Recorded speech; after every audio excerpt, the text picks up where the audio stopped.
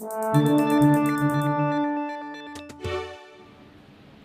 York Times reporter John Eligo is actually running the Boston Marathon and is on the phone now from Boston. John, you're just out of a press conference. Tell me, what do we know now?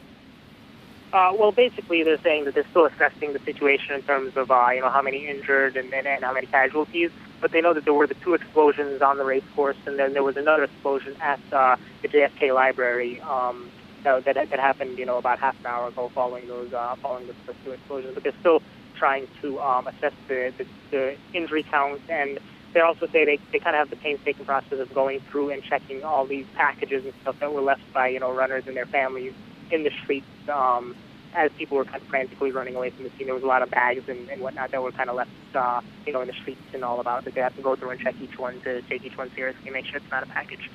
Right. Now, as I said, you were actually running the marathon when the blasts hit, as I understand it. I mean, where exactly were you and what did you see?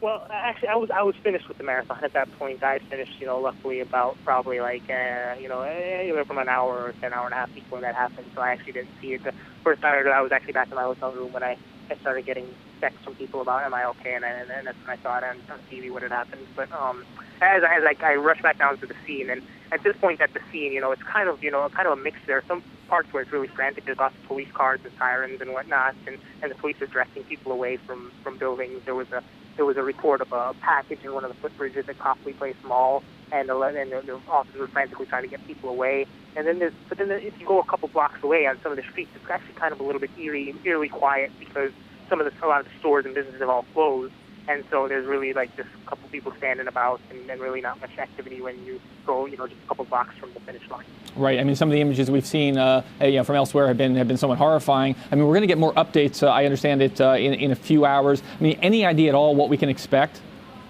Well, I mean, they're still kind of determining exactly what or who is responsible for the explosions. They're saying at this point that they have no specific people or trucks or anything that they're looking for at this time. That's what the police commissioner said, that they're not looking for anything in particular, and that they didn't receive any particular threats or whatnot. So they're still kind of determining exactly who's